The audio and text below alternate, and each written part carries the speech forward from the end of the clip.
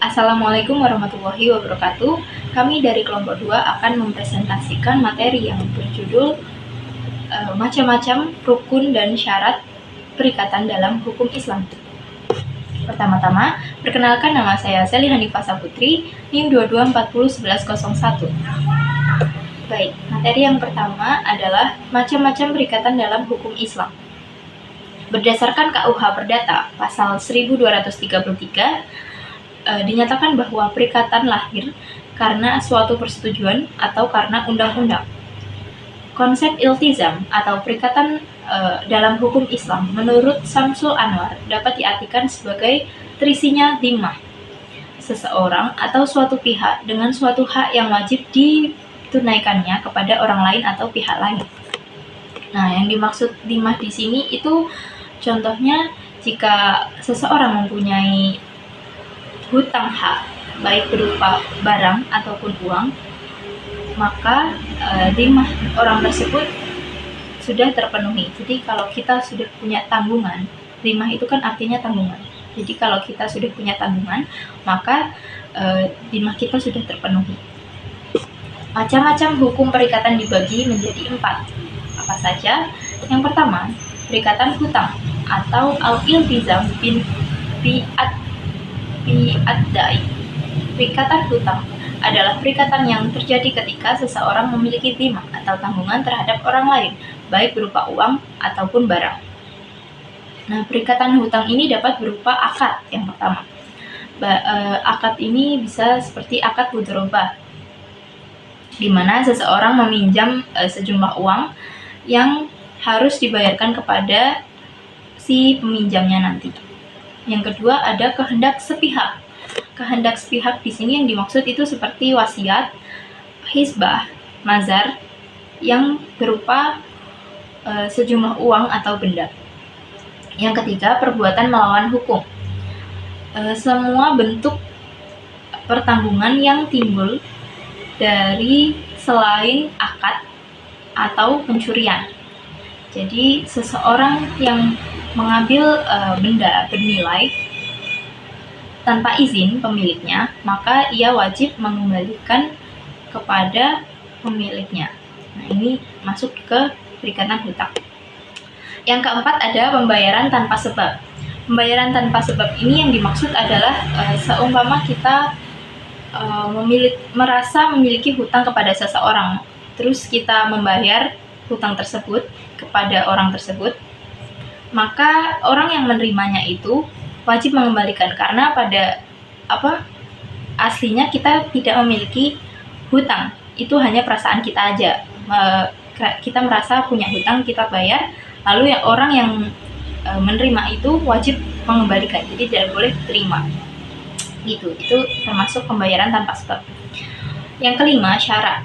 Syarat di sini yang dimaksud adalah ketentuan syariat yang menetapkan kewajiban untuk melakukan pembayaran tertentu kepada seseorang, seperti kewajiban suami memberi nafkah kepada istrinya. Yang kedua adalah perikatan benda atau al-iltizam bi al-ain. Perikatan benda adalah perikatan yang terjadi dengan objek berupa benda untuk dipindah kepemilikannya, baik manfaatnya ataupun barang itu sendiri.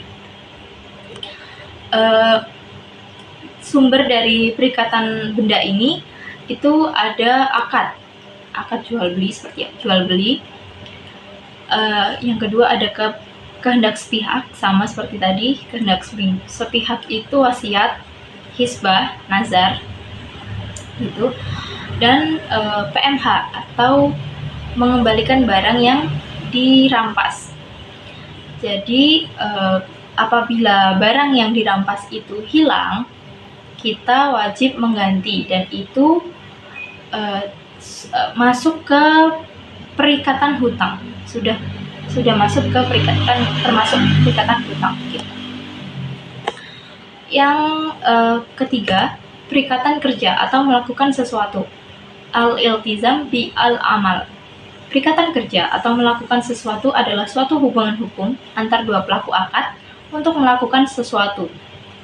Nah, sumbernya ada dari akad istiqna atau perjanjian membuat sesuatu. Contohnya seperti kita datang ke tukang kayu, terus meminta untuk dibuatkan lemari. Nah, itu termasuk perjanjian membuat sesuatu gitu. Dan satu lagi dari ijarah, sewa menyewa. Nah, sewa menyewa ini di perikatan kerja ini bisa berarti dua. Yang pertama al-ijarah, sewa manfaat, dan yang kedua ijarah al-amal atau sewa kemampuan. Baik, materi selanjutnya akan dilanjutkan rekan saya. Wassalamualaikum warahmatullahi wabarakatuh.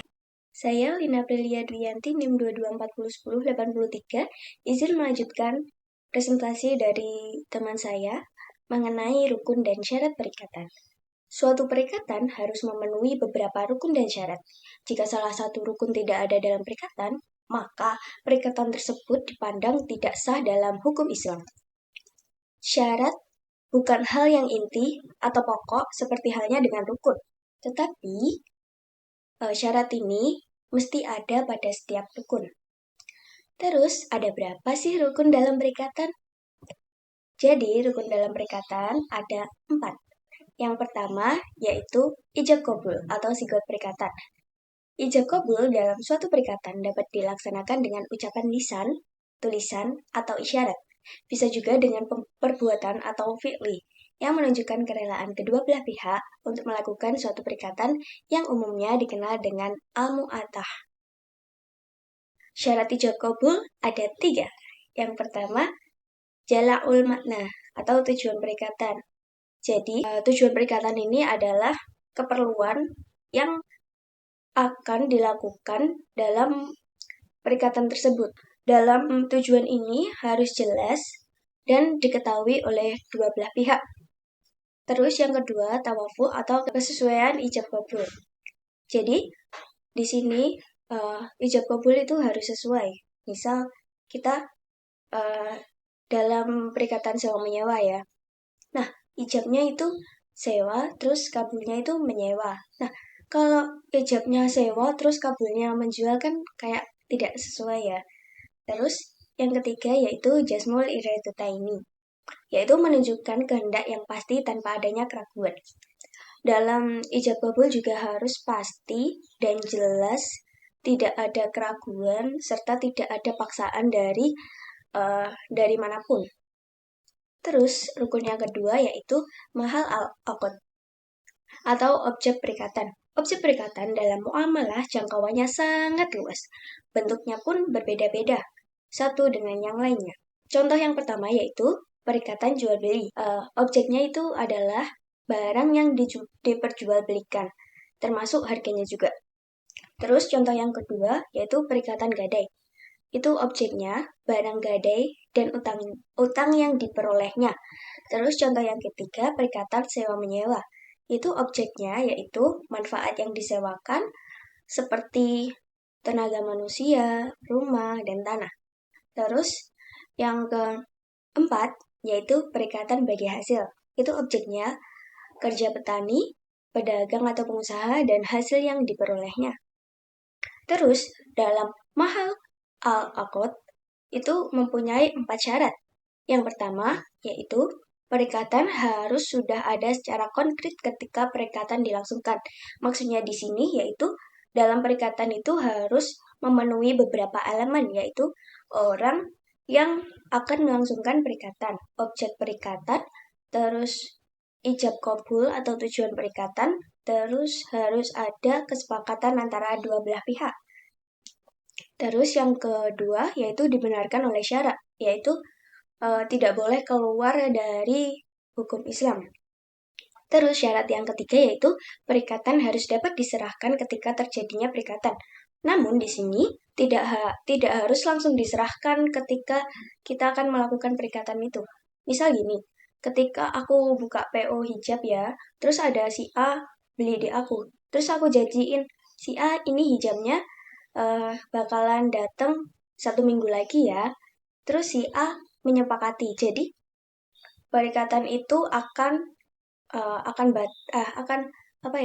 hangus ketika barang hijab ini udah ada di tangan si A gitu.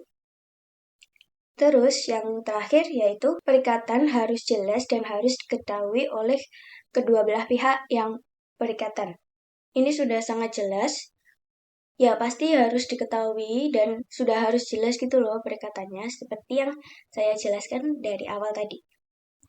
Oke, materi selanjutnya yang al-aqidain akan dilanjutkan oleh teman saya. Rukun dalam perikatan yang ketiga yaitu al-aqidain. Al-aqidain yaitu pihak yang melaksanakan perikatan.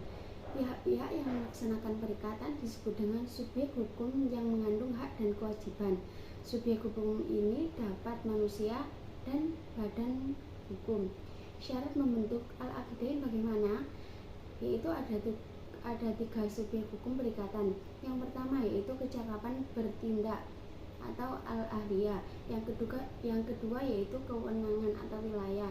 Yang ketiga yaitu perwakilan yaitu wakalah. Hukum dalam hukum perikatan yang keempat yaitu maudhu'ul akad yaitu tujuan perikatan dan akibatnya. Maudhu'ul akad yaitu untuk apa suatu perikatan dilakukan seseorang dengan orang lain dalam rangka melaksanakan suatu muamalah antar manusia, dan yang menentukan akibat hukum dari suatu perikatan yakni Allah sendiri. Syarat-syarat yang harus dipenuhi agar tujuan perikatan dipandang sah dan mempunyai akibat hukum yaitu yang pertama, tujuan perikatan tidak merupakan kewajiban yang telah ada atas pihak-pihak yang bersangkutan tanpa perikatan yang diadakan. Tujuan hendaknya baru ada pada saat akad diadakan. Yang kedua yaitu tujuan harus berlangsung adanya hingga berakhirnya pelaksanaan perikatan. Dan yang ketiga, tujuan perikatan harus dibenarkan dengan syarat. Jika syarat ini tidak terpenuhi, maka perikatan tidak sah, seperti perikatan riba dan sebagainya.